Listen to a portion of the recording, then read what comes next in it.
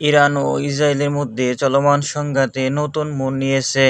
ইরানের সামরিক বাহিনী সম্প্রতি ইসরায়েলের বিভিন্ন সামরিক স্থাপনা, কমান্ড সেন্টার এবং গোয়েন্দা বিভাগের সদর দপ্তরে ক্ষেপণাস্ত্র হামলা চালিয়েছে। এই হামলায় ইসরায়েলের গোয়েন্দা বাহিনী চরম বিপর্যয়ের মুখে পড়েছে। ইরানের রাষ্ট্রীয় সংবাদ মাধ্যমে ইরান জানিয়েছেন, ইসরায়েলের দক্ষিণ অঞ্চলে অবস্থিত সামরিক বাহিনী, কমান্ড সেন্টার, গোয়েন্দা বিভাগের সদর দপ্তর এবং সামরিক গোয়েন্দা শাখার একটি কার্যালয়ে এই হামলা চালানো হয়েছে। এই হামলায় ইসরায়েলের গোয়েন্দা তথ্য সংগ্রহ ও বিশ্লেষণ কার্যক্রমে বড় ধরনের বিঘ্ন ঘটেছে।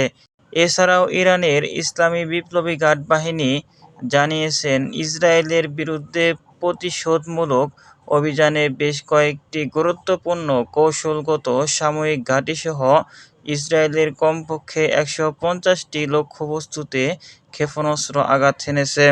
এই পরিস্থিতিতে ইসরায়েলের গোয়েন্দা বাহিনী চরম চাপে রয়েছে।